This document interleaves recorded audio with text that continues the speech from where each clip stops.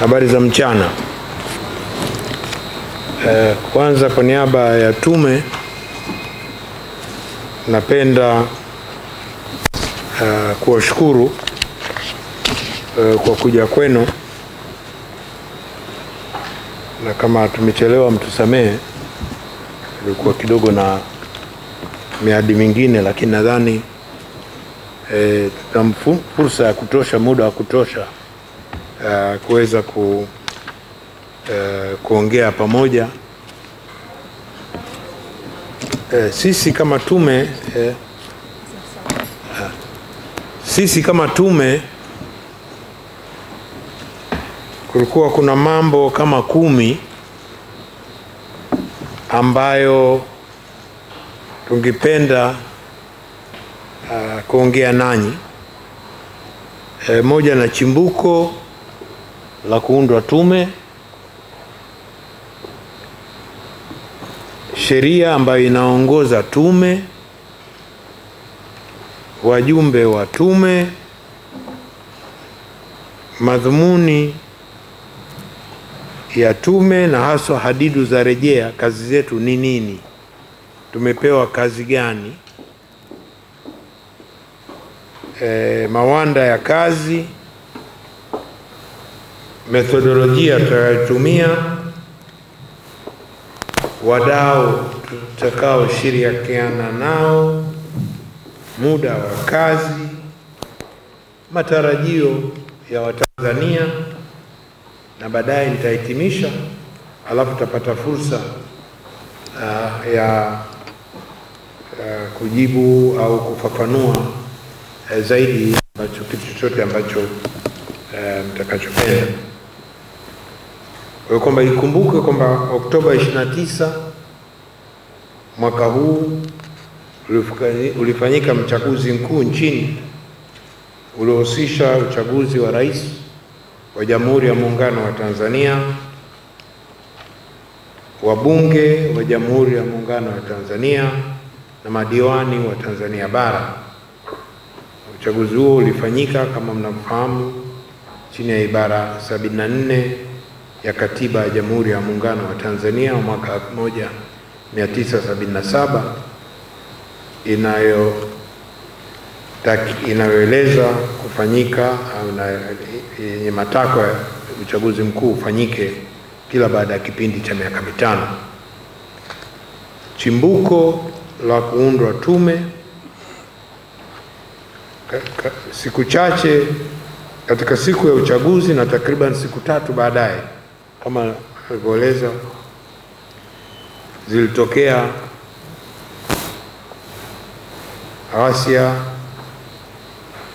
zilizoambatana na vitendo vya uvunjifu wa amani katika baadhi ya maeneo ya mijini nchini, ikiwemo Dar es Salaam, Mwanza, Arusha, Mbeya, Songwe, Mara na Geita, na vitendo hivyo vilisababisha vifo kama tunafahamu, ambavyo vinatusikitisha sana wote, majeruhi, uporaji, uharibifu wa miundombinu na mali za umma, lakini pia na mali binafsi. Kufuata hali hiyo, Mheshimiwa Rais wa Jamhuri ya Muungano wa Tanzania, Mheshimiwa Dr. Samia Suluhu Hassan, tarehe 20 Novemba aliunda na kuzindua tume hii ya kuchunguza matukio hayo na uvunjifu wa amani ambayo ilitokea wakati na mara tu baada ya uchaguzi. Kwa tume hii imeundwa kisheria chini ya kifungu cha 3 cha sheria ya tume ya uchunguzi sura 32 toleo la sheria za Tanzania mwaka 2023. Sheria pia inataka na inasema kwamba tarehe ya kuanza kazi tume itakuwa tarehe ambayo itatangazwa kwenye gazeti la serikali. Kwa hiyo na hilo limefanyika. Kwa hiyo reference ni GN namba 156A ya tarehe 20 mwezi wa 11 mwaka 2025. Kwa hiyo ndio siku ambazo tumeanza kufanya kazi tarehe 20 Novemba mwaka huu, na baadaye nitakuja kueleza muda ambao sisi tumepewa. Kwa hiyo tume ni nini? Kwa sababu zimekuwa tume aina nyingi. Kuna tume zinaundwa kisheria na zinatofautiana. Kuna aina mbili ya tume. Kuna tume ambayo sisi kisheria tunaita statutory commission of inquiry, yani tume yenyewe na muundo wake na nini iko kwenye sheria maalum. Kwa hiyo sheria ya tume ya uchunguzi sura kama nilivyosema 32 ina govern hiyo statutory commissions of inquiry. Na hizi tume ya aina hii ziko nyingi duniani. Nchi nyingi za Jumuiya ya Madola zinazo tume kama hizi. Tume kama hizi: Kenya, Malawi, Uganda, Afrika Kusini, Uingereza, Ireland, Canada, Singapore, Malaysia, kote huko. Muundo wake na nini, na zinazipa sifa maalum. Sifa maalum, sio mahakama, sifa maalum. Sifa moja za tume hizi ni kwamba mwenendo wake ni kama mwenendo wa kimahakama. Ina maana nini? Ina maana tutachukua ushahidi kwa mtu kuja kuapa wakati anahojiwa, ili ule ushahidi uweze kutumika baadaye. Lakini pia tume hizi zimekuwa huru wenyewe kuandaa taratibu zake. Kwa hiyo haifuati ufundi. Kama unajua saa nyingine mahakamani kuna ufundi na kadhalika, lakini haiongozwi na ufundi. Tume hii ina mamlaka ya kutoa summons, wito, kama mahakama kuu inavyotoa summons. Ina maana nini? Ina maana tume pamoja na kuomba, na sisi tutaomba ushirikiano, ina mamlaka ya kushurutisha ushirikiano kwa kukuita, lakini hatuendi huko, na nitaeleza kwa nini. Kwa sababu mambo haya yaliyotokea ni yetu, majibu yake tunayo sisi wa Tanzania. Tushirikiane na tutashirikiana, na nitaeleza njia ambazo tunaweza kushirikiana, na nyinyi ni wadau muhimu katika kusaidia tume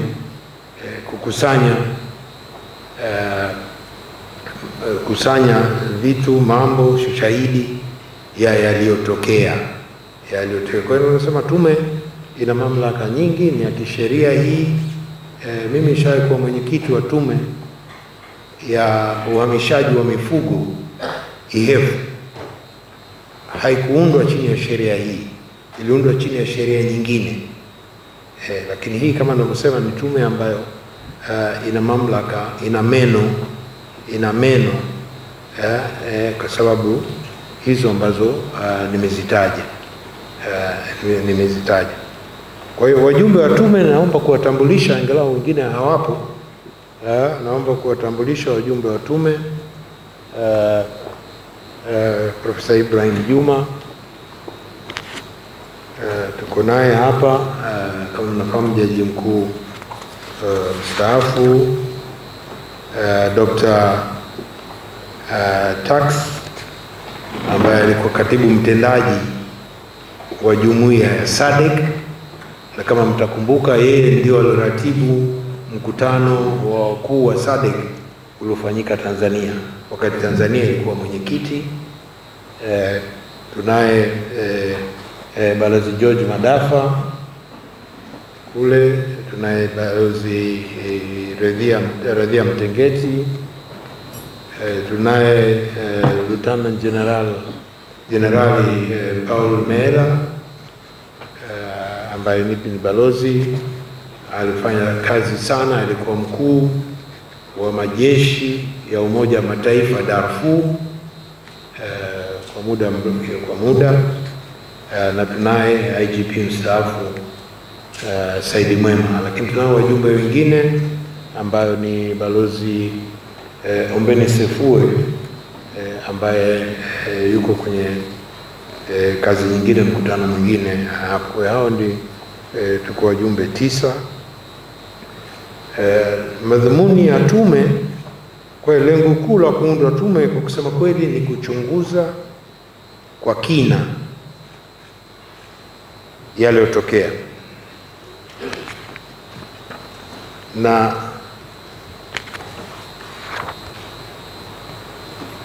sisi tumepewa majukumu maalum. Tunatakiwa tuchunguze mambo takriban 6. La kwanza, kuchunguza na kubaini chanzo halisi cha matukio wakati wa uchaguzi na baada ya uchaguzi. Kwa hiyo chanzo halisi, kwa Kiingereza tutasema root causes, chanzo cha msingi, root causes. Root causes inawezekana kuna root causes na kuna immediate cause. Kwa hiyo kuchunguza hilo, kubainisha nini kiini. Pili ni kuchunguza lengo la lililokusudiwa na wale ambao tutaona walikuwa wamepanga na kutekeleza vitendo hivyo. Yaani lengo lao lilikuwa nini? Walioshiriki. Walioshiriki lazima walikuwa na lengo. Lengo lipi? Hatujui. Lengo gani? 3, kuchunguza na kubainisha madhara yaliyojitokeza, ikiwemo vifo, majeruhi, uharibifu wa mali na miundombinu na madhara ya kiuchumi na kijamii. La 4 ni kuchunguza mazingira na hatua mbalimbali zilizochukuliwa na serikali na vyombo vyake na mtu yoyote mwingine au taasisi nyingine katika kubaini na kukabiliana na yaliyotokea. Mazingira na hatua zilizochukuliwa.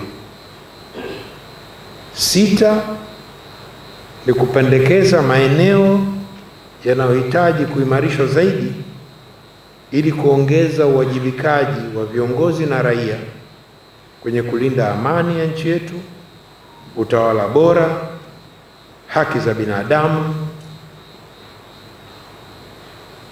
utawala wa sheria na mfumo madhubuti wa majadiliano ya kisiasa, kijamii na kiuchumi hadi kufikia maridhiano ya kitaifa na kuhakikisha vurugu kama hizi hazijitokezi tena.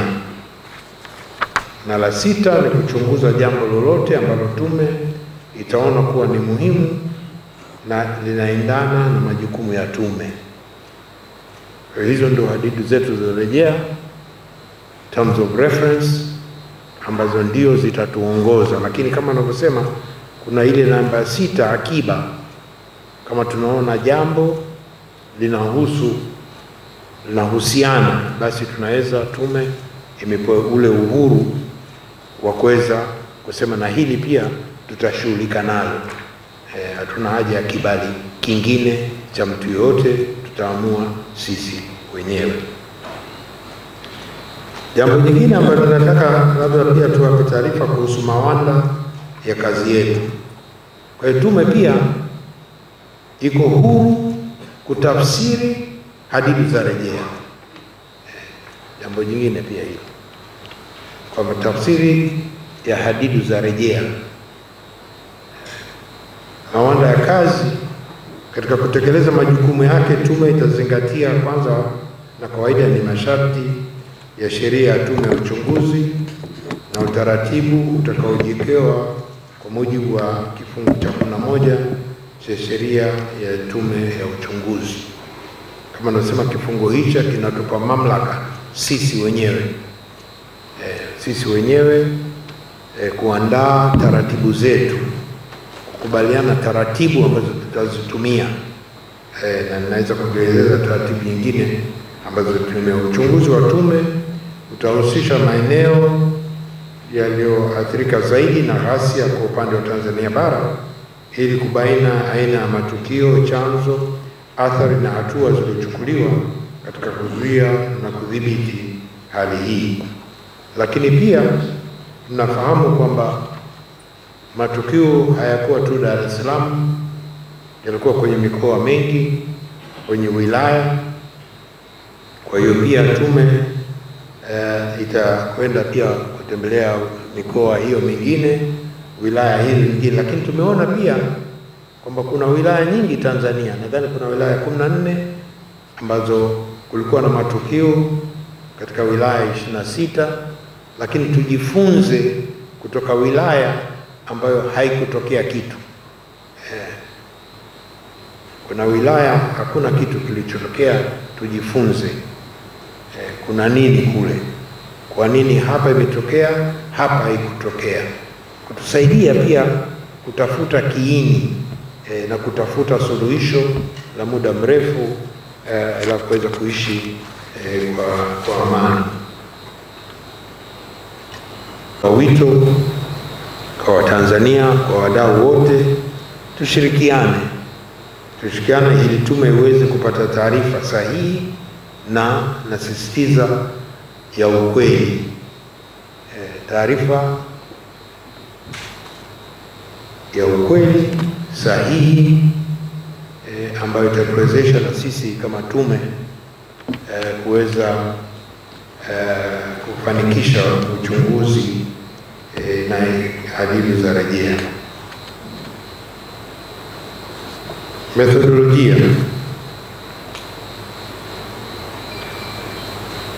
Methodolojia ni muhimu kwa kila tume, sababu ndio mbinu kuu ili kutekeleza majukumu yake kwa ufanisi na kwa mawanda mapana. Tume itatumia njia mbalimbali ili kupata taarifa sahihi na za kina. Njia hizo zitajumuisha kwa mfano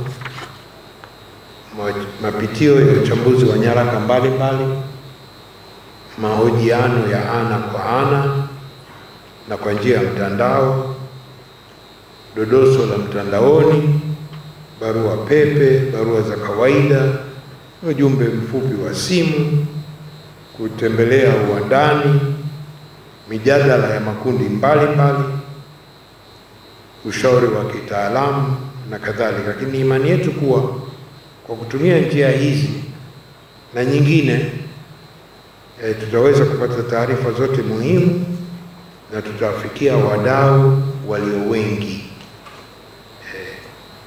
Mambo mawili yatatuongoza ni kupata na kushirikiana na wadau walio wengi, ili tuweze kutimiza kazi zetu. Kwa hiyo tumeanza pia kwa kuainisha wadau muhimu ambao tutaanza kushirikiana nao, na hii listi haijafungwa, ni listi endelevu. Hata nyinyi kama waandishi wa habari, kama kuna mtu au taasisi mnajua ana taarifa maalum, basi tujulisheni.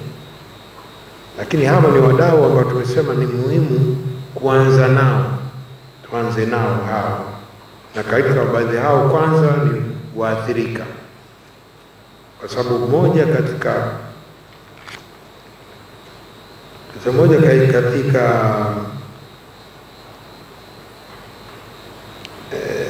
tume hizi linafanya ni kuponya, therapeutic, ni kuponya, kuanza kuponya Kwa hiyo waathirika ni wadau wetu muhimu, ili kujua nini kimetokea. Watuhumiwa walioshiriki pia tujue, na kwa sababu sisi hatuna mamlaka ya kijinai, hatuna mamlaka ya kijinai, hatumshtaki mtu sisi. Kwa hiyo wale waliohusika pia tutawatafuta waweze kutueleza na nini. Vyama vya siasa, asasi za kiraia, wasimamizi wa uchaguzi, na tume huru ya uchaguzi, viongozi wa dini, viongozi wa bodaboda, viongozi wa machinga, wafanyabiashara na wajasiriamali, washiriki wa maendeleo, watu mashuhuri, mamlaka za serikali za mitaa, za vijiji, za kata, hasa kwenye maeneo yaliyoathirika zaidi, vyombo vya ulinzi na usalama, lakini pia sekta binafsi, walinzi wa sekta binafsi, waandishi wa habari, watafiti, wataalamu wa sekta na fani mbalimbali. Kama unasema, ukiangalia saa, kila muda, kila nukta ni muhimu kwetu, Kwa hiyo tunaomba, kama mnasema, ushirikiano ili tuweze kumaliza kazi yetu. Lakini nyingine moja, kabla sijahitimisha, niseme tu kwa uchambuzi wetu wa haraka kwenye yalitokea, Watanzania wenzetu wanataka nini kutoka kwenye tume kama hii? Kwa sababu kabla tujaanza kazi na sisi pia tumejiangalia, wenzetu wanataka nini, Watanzania wenzetu. Kwanza wanataka uchunguzi kamilifu, usifanyike nusu, uchunguzi kamilifu. La pili, wanataka tuwe wawazi kwenye kazi.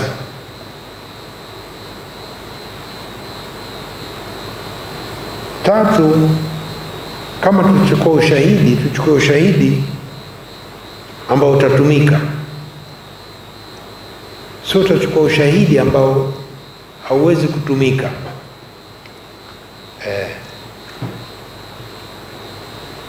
Kwa hiyo sisi ndio maana tunasema kwenye mambo mengine itabidi tuchukue ushahidi chini ya kiapo, lakini wengine inategemea itakuwa kwa taarifa. Uwazi, tunasema mikutano yetu mingine yatafanyika kwenye hadhara, lakini nyingine kwa sababu nyingine itabidi tuende kwenye faragha. Tutakwenda kwenye faragha kwenye mazingira maalum, kulinda kwa mfano haki za mtu. Haki Tanzania sasa hivi kuna Data Protection Act kama mnafahamu. Labda yule mtu tunaogopa anaweza kudhuriwa akishirikiana na sisi na kadhalika. Kwa hiyo tumewekea parameters zile, lakini Watanzania wanataka tuchunguze kwa kina, tuchunguze kwa utaalamu, kwa kutumia data na kadhalika. Kwa hiyo nadhani hayo matakwa sisi tumeyaona na ndio atakayotuongoza katika kujibu hadidu za rejea.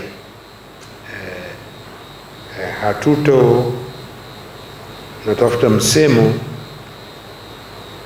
kwa Kiingereza ni rahisi, inabidi ni tafsiri, lakini kwa Kiingereza wanasema kwamba tume, we will leave no stone unturned. Hatutaangalia jiwe bila ya kuligeuza. Au wenyewe mnaweza kufuata tafsiri yenyewe, we will leave no stone unturned. Kwa hiyo naomba nihitimishe tu kwa sababu tuna muda hapa kwa maswali kuwashukuru. Katika mjumbe mmoja ambaye tulikuwa naye, bahati mbaya ameugua kidogo, yuko safarini, ni Balozi David Kapia ambaye mara nyingi alikuwa msaidizi wa Rais Mkapa kwenye mazungumzo ya amani Burundi, DRC.